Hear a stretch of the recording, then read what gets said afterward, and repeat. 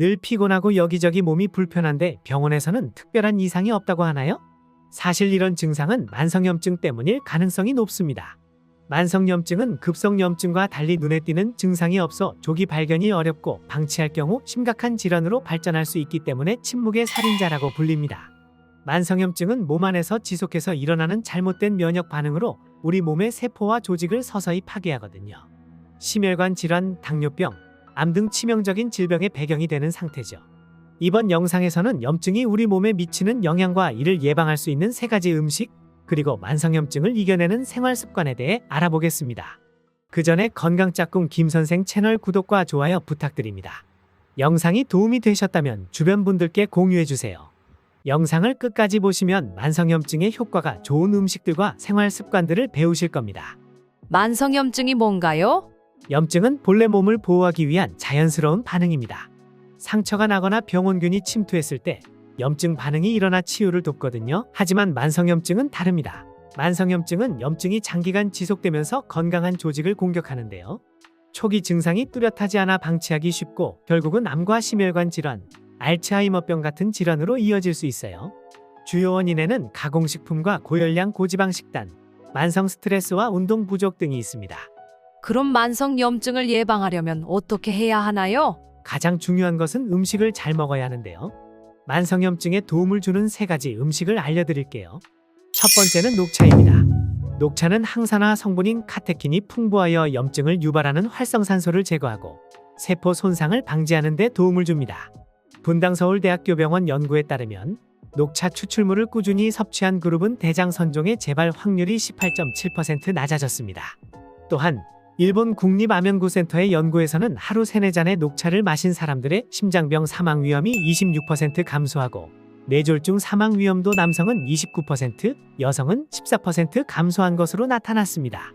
그러면 하루에 얼마나 마시면 되나요? 하루 2-3잔의 따뜻한 녹차를 마시면 됩니다. 공복에 너무 많은 양을 마시면 속이 불편할 수 있으니 주의하셔야 합니다. 그리고 녹차에 카페인이 있어 카페인에 민감하신 분들은 주의해서 섭취해주세요. 두 번째는 브로콜리입니다. 브로콜리에는 설포라판이라는 강력한 항산화 성분이 함유되어 있습니다. 설포라판이 뭔가요? 설포라판은 세포 내에서 항산화 반응을 조절하는 물질인데요. 이를 통해 세포를 스트레스와 손상으로부터 보호하며 해독 효소의 생성을 촉진하여 유해 물질 제거를 돕습니다. 이러한 작용으로 설포라판은 암세포의 성장 억제, 심혈관 건강 개선, 신경보호 등 다양한 건강상의 이점을 제공하는데요. 광주과학기술원 생명과학과 이주영 교수팀은 브로콜리에 함유된 설포라판이 체내에서 염증을 유발하는 물질의 활성을 억제한다는 연구 결과를 발표했습니다. 이 연구는 설포라판이 염증 효소의 생성을 차단하며 활성을 억제함을 보여주었습니다. 그럼 설포라판을 잘 섭취하려면 어떻게 해야 하나요? 브로콜리에 있는 설포라판은 열에 민감해서 요리하실 때 장기간 가열하면 안 되는데요. 먼저 찜기에 넣고 1분 이내로 가볍게 쪄주셔야 합니다. 이렇게 하면 90% 이상의 설포라판이 파괴되지 않고 온전히 섭취하실 수 있어요.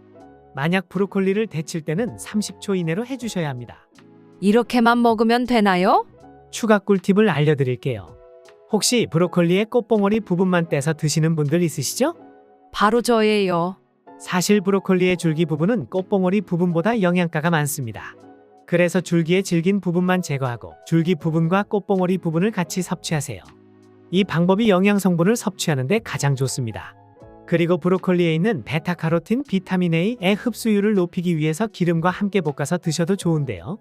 올리브유나 식물성 기름으로 같이 볶아 주시면 됩니다. 그 이유는 올리브유의 오메가3 지방산이 지용성 비타민인 베타카로틴의 흡수를 촉진하는 데 도와주거든요. 세 번째 음식은 등푸른 생선입니다. 고등어, 연어 등의 등푸른 생선은 오메가3 지방산인 EPA와 DHA가 풍부하고요. 과도한 사이토카인이 분비되어 염증 반응이 생길 때 완화하는 것을 도와줍니다. 그리고 항염증 물질의 생성을 촉진합니다. 사이토카인이 뭔가요? 쉽게 설명해서 몸의 면역 반응을 유도하고 염증을 조절하는 역할을 합니다. 하지만 과도하게 생성되거나 불균형을 일으키면 자가 면역 질환을 유발시키거나 암과 관련이 있는데요. 예를 들면 사이토카인 폭풍은 대량의 사이토카인이 분비되어 심각한 염증 반응과 장기 손상을 일으키는 현상입니다. 다시 등푸른 생선 얘기로 돌아와서요. 분당서울대학교병원 정신건강의학과 김기웅 교수팀의 연구에 따르면 중년 이후 오메가3 지방산을 충분히 섭취하면 인지 기능 향상에 도움이 된다고 합니다. 또한 미국 심장협회는 오메가3 지방산이 풍부한 생선을 섭취할 것을 권장하며 이는 심혈관 질환의 위험을 감소시키는 데 도움이 된다고 보고했습니다. 만성염증을 관리하는 음식을 잘 섭취해야겠어요.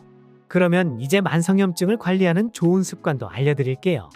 먼저 가공식품, 설탕, 고지방 음식 섭취를 줄이셔야 하고요.